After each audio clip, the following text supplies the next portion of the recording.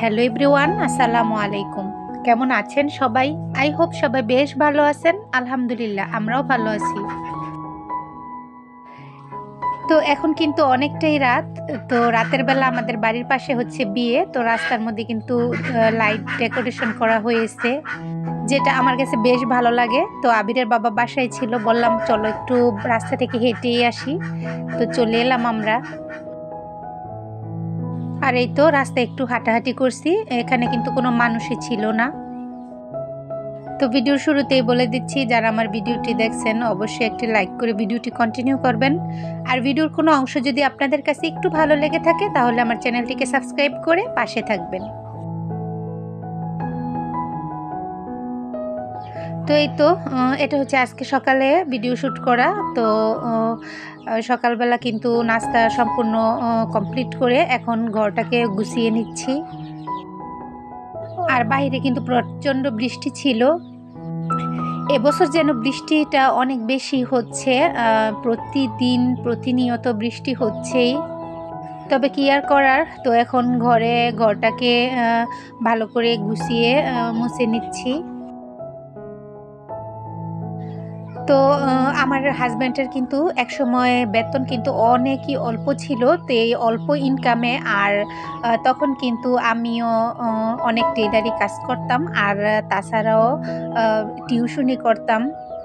তো ছোট্ট একটি ঘরে যাই টুকিটাকি ফার্নিচার আর জিনিসপত্র আছে, এগুলো কিন্তু খুব কষ্ট করে আমার কেনাকাটা করতে হয়েছে। আর তাছাড়াও কিন্তু এখানে আমার কিছু গিফটেরও জিনিস রয়েছে, যেমন আমার মা, খালামুনি, তো ওনারা কিন্তু অনেক কিছুই দিয়েছে। আর তারপরেও একটু বুদ্ধি খাটিয়ে চললে কিন্তু সংসারের টুকিটাকি যেটাই প্রয়োজন নিজের ইচ্ছে মতো কেনাকাটা করা যায়। আর এই তো এগুলো হচ্ছে আমার শখ পূরণ। তো আমার অনেক শখের একজোড়া কানের দুল। তো আমি কিন্তু অল্প অল্প করে টাকা জমিয়ে এগুলো তৈরি করেছি। আর যেহেতু স্বর্ণের দাম অনেকটাই বেশি, তো যে কারণে অল্প স্বর্ণ দিয়ে তৈরি করতে হয়, কিছু তো আর করার নেই। স্বর্ণের দাম তো এখন প্রায় আকাশ ছোঁয়ার মতো। আর তারপরেও ইচ্ছে থাকলে হয়তো বা বেশির জায়গায় অল্প কিছুটা টাকা জমিয়ে অল্প করেই কিছু এই তো তৈরি করে নিয়েছি এই কানের দুলগুলো। আর এই তো আজকে হচ্ছে বৃষ্টির দিন, তো আবিরের বাবাও বাসায়, যে কারণে ইচ্ছে করলো গরুর মাংস দিয়ে খিচুড়ি রান্না। তো তো মুগ ডালগুলো কিন্তু আগে টেলে নিতে হয়, কারণ এতে অনেকটাই ঘ্রাণ আসে আর তাড়াতাড়ি সিদ্ধ হয়ে যায়। আর এই তো কুকারে বসিয়ে দিয়েছি গরুর মাংস। যেহেতু গরুর মাংসটাকে আগে কষিয়ে রান্না করব, তো চুলার মধ্যে আমি এটাকে ভালো করে কষিয়ে নিচ্ছি, তারপর কুকারে বসিয়ে দিব সিদ্ধ হওয়ার জন্য। আর এই তো আসলে অনেকটাই সময় হয়ে গেছে আর তাড়াহুড়োর মধ্যে, যে কারণে আর আমি সম্পূর্ণটা ভিডিও দিতে পারলাম না কিভাবে রান্না করলাম খিচুড়িটা। আর খিচুড়িটা কিন্তু খেতে বেশ মজা ছিল। আর একটা জিনিস খেয়াল করলাম, আসলে খিচুড়ি কিন্তু আমার ঘরে তেমন একটা রান্না করাই হয় না।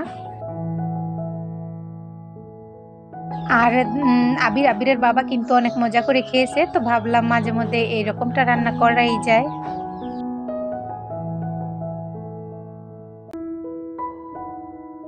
তো আজকের ভিডিওটি আমি এখানেই শেষ করছি। সবাই ভালো থাকবেন, সুস্থ থাকবেন। আল্লাহ হাফেজ।